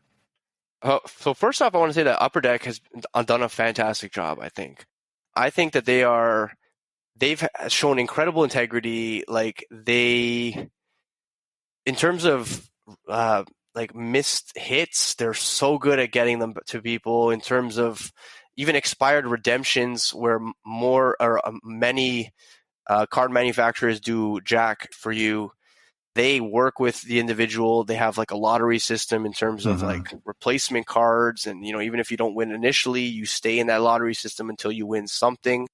They are, I mean, their customer service is pretty spot on. What can we do to make hockey cards more accessible? I mean, I know that they've already started to print more products. Not necessarily, I mean, they've probably printed more for sure, but they started to, really push OPG Platinum. I've gone into several Walmarts and I've seen, what did I see, man? But just like lower end, like base products for young children. Because I think ultimately the way that we continue to see hockey cards flourish is to get hold of like the younger generations, right? It just we need to keep giving packs to younger kids, essentially. Like we need to get hockey cards in the hands of not just young kids, but like young adults, and then they form those relationships with those players and those cards, and so on and so forth, right? I agree, and what I've been really impressed with Upper Deck, in particular in the last year, as we've been following it closely. So maybe they've been doing this all along. Just want to be fair to them in that regard. Is they seem to be really trying to take a partnership stance with the NHL. So they were the title sponsor for the draft, which is smart, right? Because our card collecting is driven by rookies. And so it's a very natural fit and tie-in to that. And I saw like that they have a kiosk or store at the Ottawa Arena right now, right? And so finding natural ways to get cards in front of fans is really smart. So I'm gonna ask you a different version of this question. What do you want to see the NHL do to continue to grow the collecting hobby? What I want the NHL to do in general is to showcase some of the personality in the league. I think one of the biggest issues with the NHL is that it's a very like old boy sport, and there are certain rules and regulations, and you know the interviews are all pretty standard. It's like they ask the same 3 questions, and how do you think you played tonight? You know, what can you guys do better next game? And it is what it is. But I think finding opportunities, and I don't know what these look like, but finding opportunities to be able to showcase some of the star players and the star players' personalities, I think would be a great way for them to connect with the fans, make them a little bit more relatable, and then from that they can build relationships. And then, I mean, incorporating sports cards in there would be great too. But I think you're dead on, right? I think a mistake a lot of leagues make, not just the NHL, is they're too afraid for some reason. Maybe it comes back to hurt feelings and all the negotiations, but the players are the stars, not the teams. Right. And I think so for so long, the NHL does have a lot of team equity, right? You have rich histories in especially, you know, the original 6 teams, of course. And so there's a lot to celebrate and promote there. But at the end of the day, what a 12-year-old cares about is the Michigan goal that Trevor Zegras does. I couldn't agree more. Agree more.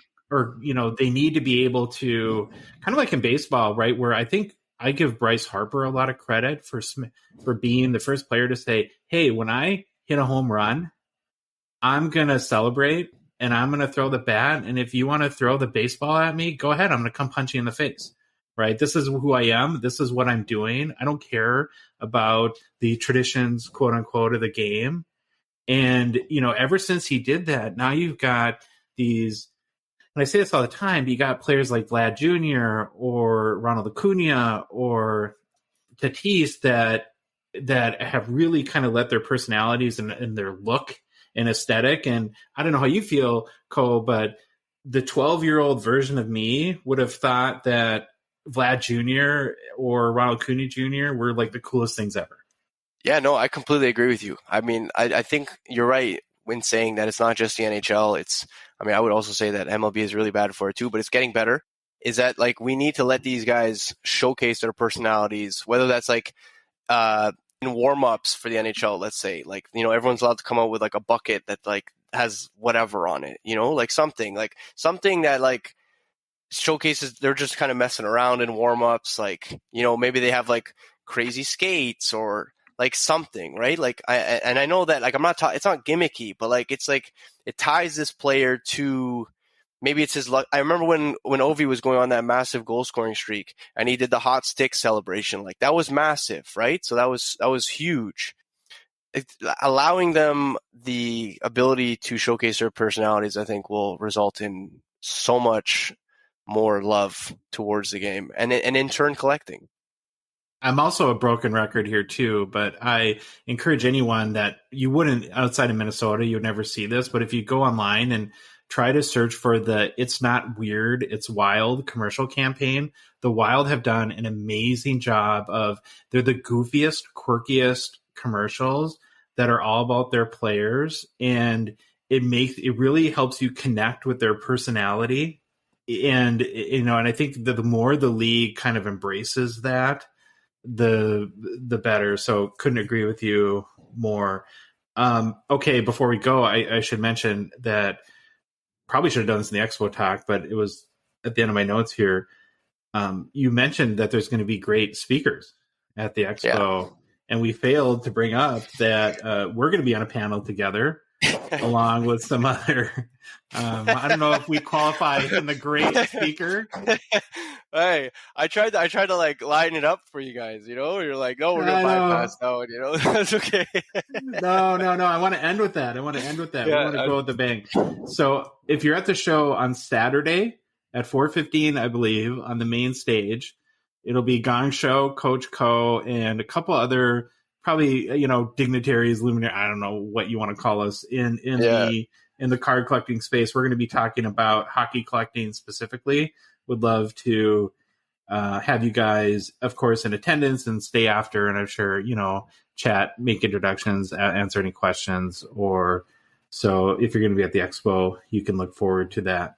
Well, thank you so much, Co. Thanks for having me. We are huge fans of what you're doing. I think that, especially in the TikTok world, you're just, every time I look at your followers, it's like they go up 1,000. It's crazy, man. Appreciate it. It's I try not to look at the number because it's a lonely road if you look at the number. You just gotta keep doing it. You got to remember why you do it. And this happens to me a lot too, right? Like I said before, in terms of like what I had to do with my collecting mindset, it's the same thing with creating content. Like I'm extremely passionate about sports cards and creating content, but every so often you got to like take a step back. You're like, why did I start doing this? What do I enjoy talking about? How can we get back there? How did we lose this? So I think internal dialogue is important, whether it's about creating content or collecting cards. If you love doing something or you love doing something, find out why you stopped and then go back and do it. Mm-hmm. Go back and do it. I think that's great advice. So everyone, make sure that you follow Coach Co on TikTok because the number's big, because the content is great. Also, Cardboard Coaches is the podcast. Is there any other thing that we should mention where people can see what you're up to and follow you? I think I'm good. I mean, I'm on YouTube at Coach Co Collectibles, but you'll see a lot of the content that I post on TikTok if you don't have TikTok or you don't want to be on TikTok. And that's pretty much it. I'm always open to conversations. So if you have a question or a comment, feel free to DM me and or drop a comment wherever and tag me, and I'll do my best to respond, whether through video or directly to you. So I think that's amazing that you put yourself out there like that. And yeah. I do think I want to publicly thank you because in us being relatively new, only at this about 6 months, you were very kind and gracious and helped us make connections with certain people. And you certainly didn't ever have to do that. And so, it's one of the things I love about the hockey hobby in particular, but I'm sure other niches are like this too, is that just the people in the community are so willing to help and kind. And you certainly demonstrated that to us. So thank you for all of your help. And we appreciate your friendship. Yeah, of course, man. Listen, and that's my stance with anyone who's good people, and I that's one of the reasons why I love this community. Is that like I said previously about going into the expo, is like you will always find someone that loves the same stuff that you love, and then you just connect that way, and that's what happened to me, and I just want to share that with everyone else too. Awesome. Well, what a great way to end. Okay, Coach, thank you so much, and we can't wait to talk to you again soon. Appreciate it, man. All right. Hope you all enjoyed our conversation with Coach Co. And for the record, people, I know that Connor McDavid can't win the Norris Trophy. It was a joke. Yeah, make sure you say that because that's a lot of people take what we say very literally, but it was a joke. We get it. Yeah. I hope you understood the joke. We're saying he can win everything because he's awesome. When are you going to start talking more in interviews too, Troy? I don't know. I just kind of sit there and I'm like, I could ask a question, but then you'll eventually ask it. I'm like, okay, or he'll answer it. So I just listen, enjoy. I don't need to hear myself talk, so I'm good. It's getting real heavy rowing the interview boat here. I need you to maybe pick up an oar next time. And people want to hear from Troy. Well, you're America's favorite goalie coach, and hey, your fans want to hear from you. Yeah, just wait till you're on stage moderating that sports car or that discussion, and I just kind of, after a couple minutes, stand up and walk off stage and go shop. You'll probably take some so much Xanax or something like that. I know. I'll probably have a panic attack. So, did you enjoy the conversation though? I did. It was very interesting guy. Love his personality, love his social media, love his podcast. So it was good to sit down with him and hear him in a different light than what we're used to. Okay, we're going to very, very briefly cover new releases because there's not much to talk about. The one interesting note on 2022-23 Series 1 is that the date has been moved up to November 9th instead of November 10th on Dave and Adams. I don't know if that actually means it's coming out a day early, and then I believe CHL is out, Hobby is out. I'm going to be interested to track that just to see what sort of Connor Bedard craziness goes on, if anyone cares, or if some of his cards start to sell for any big bucks, I guess. I think it's all kind of, everything is just all Series 1 at this point. All right, so is this our second mailbag or third? 2.5. Our life is a blur. It's either a second or third mailbag. Got a lot of great questions again for this Thursday episode, so we're going to kind of roll through them and get to as many as we can. First questions from our friend 419 Sports Guy from the Gong Show Discord. If you want to be in the Discord and communicate with us on the regular, that's for our Patreon supporters. So link in the show description there. His question, Troy, is what's your opinion on the continuous lowering of grading costs by the Big Four? Will having cheaper grading fees devalue the entire graded card phenomenon? It's a little repetitive given what we talked in hobby news, but a good question nonetheless. I'll just sort of very briefly repeat my answer. I think that it's a sign that these companies are all fighting for market share. Definitely that. I called it a race to the bottom, but actually it's great for the consumer because if you are getting cards graded and you remember that when we say those cheap options, there's always some kind of caveat. Like with the PSA stuff, we read it. Look at the other companies too. When on their cheapest option, there's always some kind of caveat. But again, cheaper pricing is good for us, good for the consumer, and I definitely agree with you 100% on the grab for market share. Okay, next question from 419 Sports Guy as well. Why do you think there's such a price discrepancy when it comes to Upper Deck Young Gun rookie cards and OPG Platinum for the same player? If Platinum marquee rookies are typically a superior looking card, which of course is an opinion, and on a much thicker card stock, so example like McDavid Young Gun versus OPG marquee rookie. You want to take this one first, Troy? Yeah, I think really it is due to the fact that the Young Guns rookie card is the flagship rookie card of a hockey player currently. When you think of that card that the rookie card is, it's pretty easy. It's the Young Guns. They have a history. It's accepted as that de facto flagship rookie card of a player. The market is driven, in the hockey market has kind of spoken about Young Guns, and what we see with sales, the liquidity, how often they move. The market's kind of said the Young Guns is the flagship rookie that holds the most demand and value. Now, I do agree. Some of the OPG marquee rookies out of Platinum look great.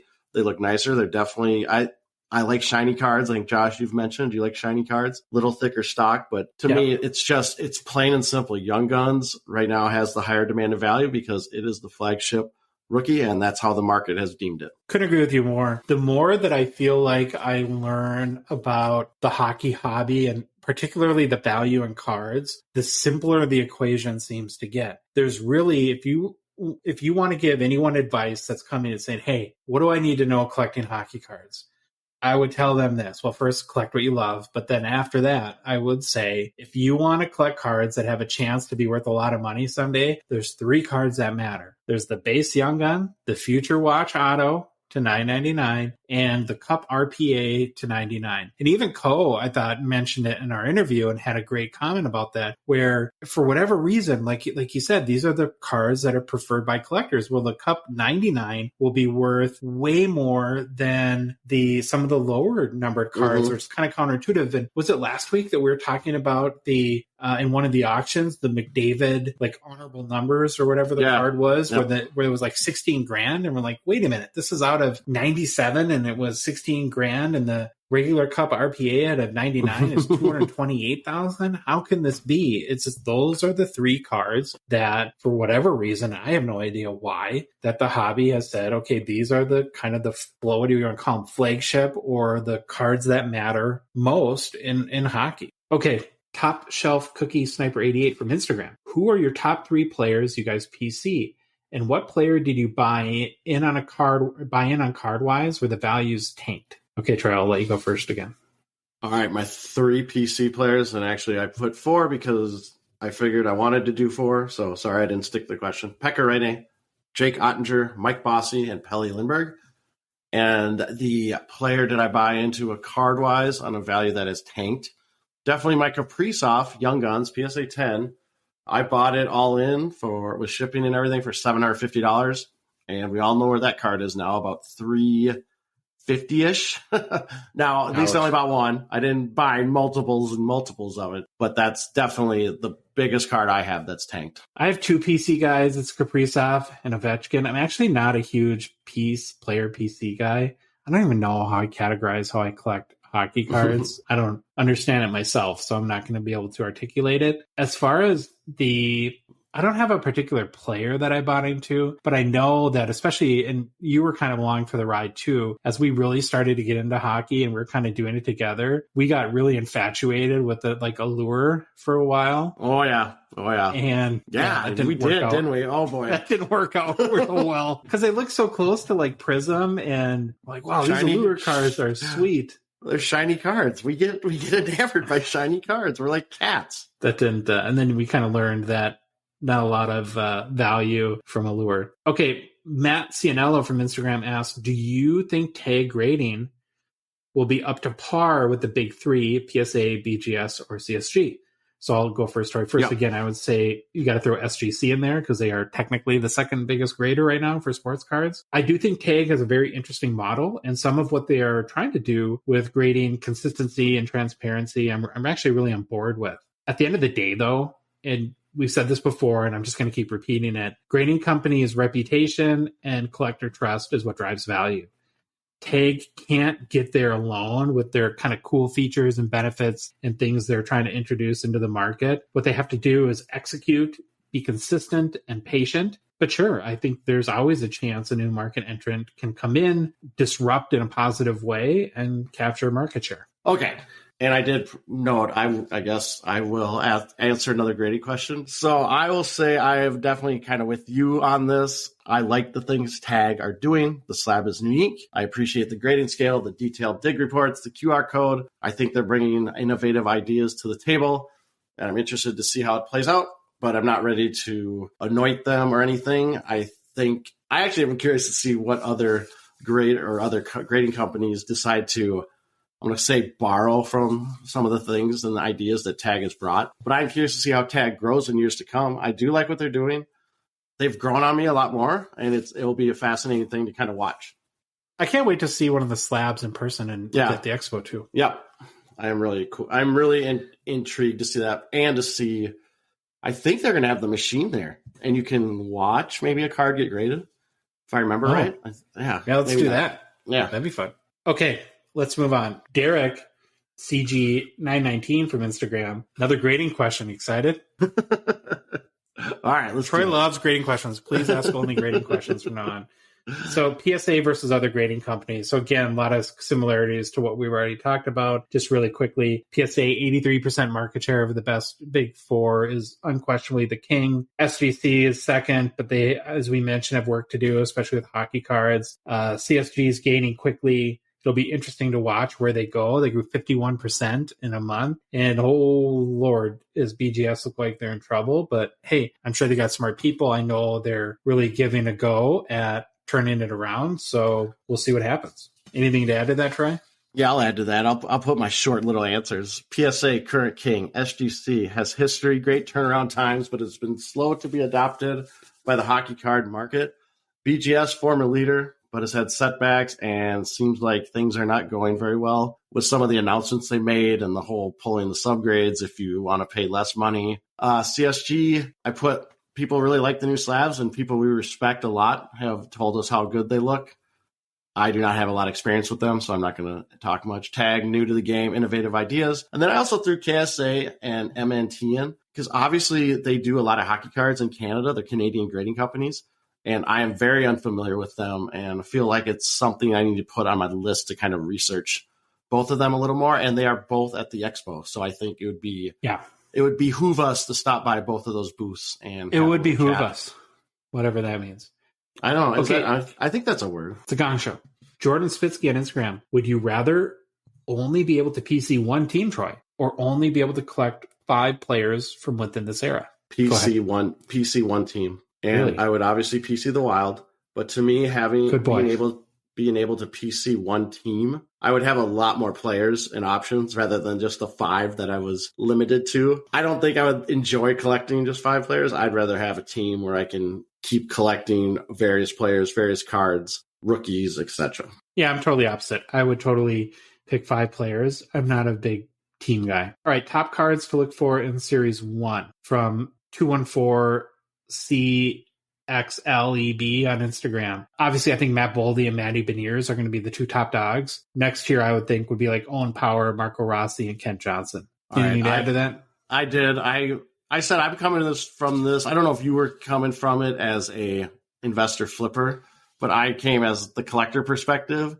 And all of mine have some tie to the Wild or Minnesota. So it'd be like Matt Boldy, Ben Myers, who played for the Gophers, Bobby Brink, Minnetonka, Jack LaFontaine, who played for the Gophers, obviously Marco Rossi, Noah Cates, who I think is Stillwater, Boldy, and the Rossi checklist. And then the 2 that I had that weren't Minnesota ties were Matty Beniers, because I like him and doing the research that we've done on him. I think he's an interesting play. And then I put Kent Johnson from our earlier discussion. Okay, here's an interesting question from Almost Sports Cards on Instagram. Is it just me or is Series 2 always better than Series 1?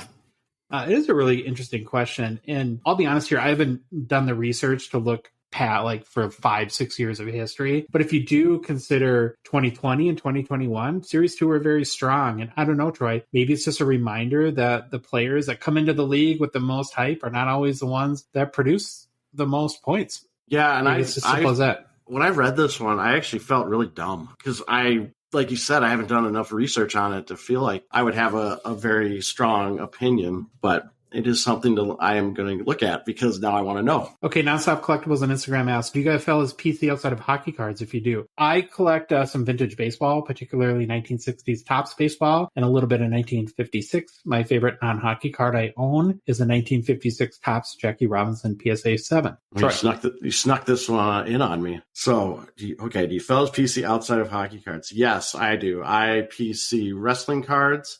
I PC X-Files cards. Warehouse 13 cards, Eureka cards. Trying to think. Are you kidding me? What? You forgot the most obvious one. Kent Hrbek? Yeah.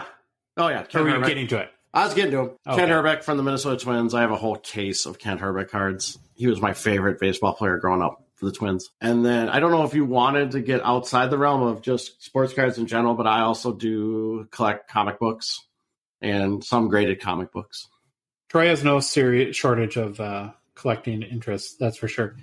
So next question from Apps Hockey Cards on Instagram. What retro jersey memorabilia design is your favorite cards? I love Pacific Private Stock. So this is an area, and I'll kind of speak for both of us, Troy, where we were not collecting in the late 90s, early 2000s. And so our perspective is non-existent. And if I tried to answer this, I would be making something up. One of the things we are doing, though, is we're actively in discussions with some guests that we feel are experts in late 90s, early 2000s to come on the show and help educate us and anyone else that wants to learn about those. Okay, Brian Delorio from Instagram says, what's the best way to store or protect your cards long term? Do people store ones they plan to send for grading differently? I think, Troy, I'll just speak for both of us again. Penny sleeve and top loader, right?